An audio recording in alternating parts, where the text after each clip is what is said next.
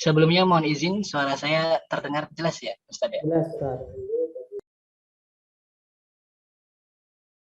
Ya. Assalamualaikum warahmatullahi wabarakatuh. Alhamdulillahi rabbil alamin wa bihi nasta'inu ala umurid dunya waddin. Assalatu wassalamu ala asrafil anbiya'i wal mursalin wa ala alihi wa sahbihi ajmain. Amma ba'd. Yang terhormat Dewan Juri, peserta Zoom dan YouTube yang insya Allah dirahmati oleh Allah Subhanahu wa Ta'ala. Pertama-tama, marilah kita panjatkan puji dan syukur kehadirat Allah Subhanahu wa Ta'ala yang Maha Memuliakan.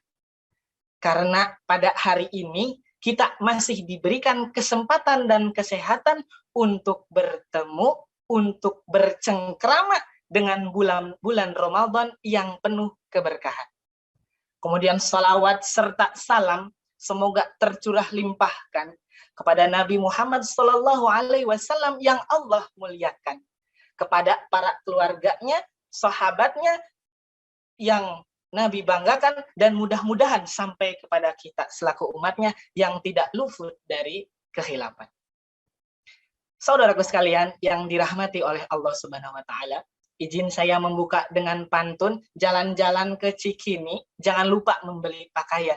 Perkenalkan, saya Dani Tantoni, izin membawakan kultum kepada hadirin sekalian.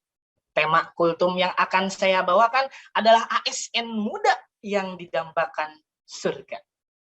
Hadirin sekalian yang dirahmati oleh Allah Subhanahu wa Ta'ala, kenikmatan yang paling nikmat, keindahan yang paling indah, tidak lain dan tidak bukan adalah surganya Allah Subhanahu wa Ta'ala. Kenapa kok bisa begitu? Karena Allah Subhanahu wa Ta'ala mengisahkan, menceritakan dalam berbagai ayat di dalam Al-Quran tentang keadaan surga. Salah satunya Allah Subhanahu wa Ta'ala berfirman dalam Quran surah Al-Insan ayat ke-20. A'udzu billahi minasyaitonir rajim. Wa idza ra'aita thamma ra'aita na'iman wa mulkan kabira. Dan apabila kamu melihat keadaan di sana di surga, niscaya kamu akan melihat berbagai macam kenikmatan dan kerajaan yang besar. Masya Allah. Dalam hadis yang masyhur yang diriwayatkan oleh Bukhari dan Muslim, yang menceritakan tentang orang yang terakhir keluar dari neraka, kemudian ia terakhir masuk ke dalam surga, dijelaskan bahwa luas surga itu seperti dunia dan 10 kali lipatnya. Masya Allah. Itu untuk orang yang terakhir. Lantas bagaimana dengan orang yang lebih dulu atau orang yang lebih tinggi tingkatan surganya? Masya Allah. Tidak bisa kita bayangkan, tidak bisa kita pikirkan. Dan mudah-mudahan kita semua bisa merasakannya ketika kita menginjakan kaki kita di surganya Allah Subhanahu wa Ta'ala. Amin. Allahumma amin. Yang menjadi pertanyaannya adalah, saudaraku semuanya, mau yang duluan atau yang terakhir? Tentu jawabannya pasti pengen yang duluan, pengen yang tingkatannya lebih tinggi atau yang paling tinggi. Hadirin sekalian yang dirahmati oleh Allah Subhanahu wa Ta'ala. Karena hadirin mayoritas ASN ya, aparatur sipil negara. Yang mana ASN itu usianya masih muda, masih produktif. Jadi bisa dikategorikan sebagai pemuda. Dalam sebuah hadis yang diriwayatkan oleh Bukhari, bahwa salah satu golongan dari 7 golongan yang dijanjikan oleh Allah Subhanahu wa Ta'ala akan dinaungi di hari akhir nanti, yang otomatis kemungkinan masuk surganya sangat tinggi, ia adalah pemuda yang menyibukkan dirinya dengan ibadah kepada Allah Subhanahu wa Ta'ala. Oleh karena itu, kita ASN muda, jika ingin didambakan surga, maka kita harus menyibukkan diri kita dengan ibadah kepada Allah Subhanahu wa Ta'ala. Pertanyaannya, kok pemuda? bukan orang tua. Kenapa? Karena pemuda adalah masa di mana semangat untuk mencintai dunia itu sangatlah tinggi. Nafsunya begitu tinggi. Godaannya juga sangat tinggi. Nah, hadirin sekalian, apalagi pemuda itu ASN. Bisa kita bayangkan gitu ya, kita ASN gitu ya, memiliki gaji yang sangat cukup ya. Kemudian kita berkalung Kemenkeu gitu ya, atau berkalung kementerian tertentu gitu ya. Dan kemudian kita punya posisi atau jabatan di kantor. Bagaimana tidak, godaan itu pasti sangatlah besar. Godaan untuk hedonisme, godaan untuk mencintai dunia gitu ya, godaan untuk melalaikan ibadah kepada Allah Subhanahu wa taala. Hadirin sekalian yang dirahmati oleh Allah Subhanahu wa taala. Oleh karena itu, kita harus menjadi ASN muda yang menyibukkan diri kita dengan ibadah kepada Allah Subhanahu wa taala. Karena ketika pemuda menyibukkan diri dengan ibadah, itu luar biasa. Ketika godaannya besar, maka balasan dari Allah ketika kita melawan godaan itu, menyampingkan godaan itu, bahkan membuang jauh-jauh godaan itu, balasan Allah insya Allah sangat besar.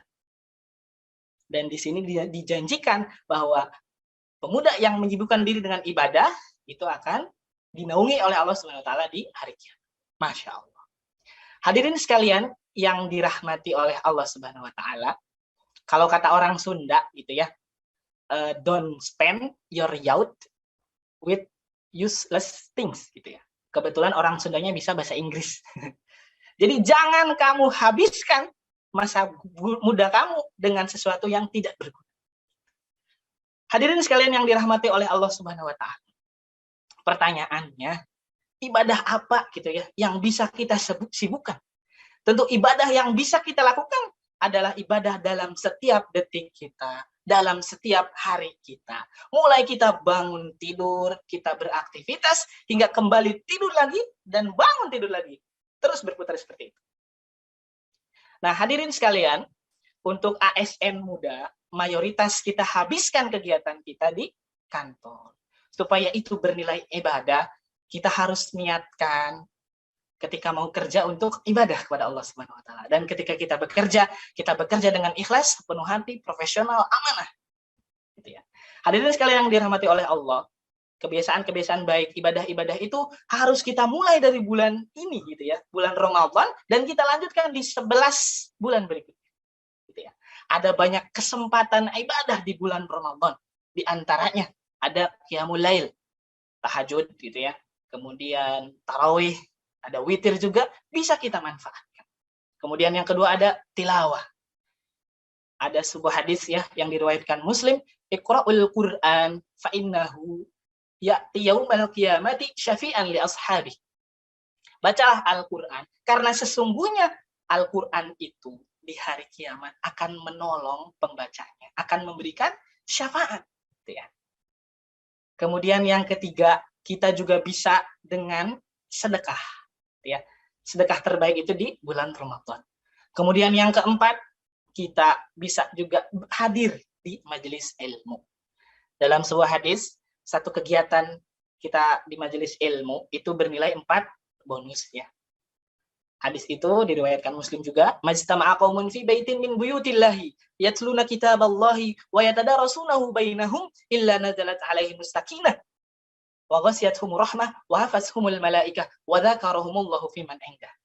Jadi ketika barang siapa berkumpul suatu kaum gitu ya di salah satu rumah Allah untuk membaca kitab Allah kemudian mempelajarinya, kecuali turun atas mereka ketenangan yang pertama. Kemudian yang kedua, diliputi rahmat oleh Allah Subhanahu wa taala, kemudian dikelilingi oleh malaikat, dan keempat disebut namanya oleh Allah Subhanahu wa taala di hadapan para malaikat di sisi. Masya Allah. Kemudian yang selanjutnya yang bisa kita lakukan juga adalah memberikan buka ya pada orang yang berpuasa. Dan banyak ibadah-ibadah yang lain yang bisa kita lakukan di bulan Ramadan dan juga di 11 bulan berikutnya. Baik hadirin sekalian yang dirahmati oleh Allah Subhanahu wa taala, mudah-mudahan kita semua termasuk ASN muda yang didambakan surga. Terakhir, saya tutup dengan pantun 4 bahasa ya. Papat dikurang siji hasilnya telu. Hiji ditambah genep hasilnya 7 atuh. Thank you and nice to meet you. Assalamualaikum warahmatullahi wabarakatuh.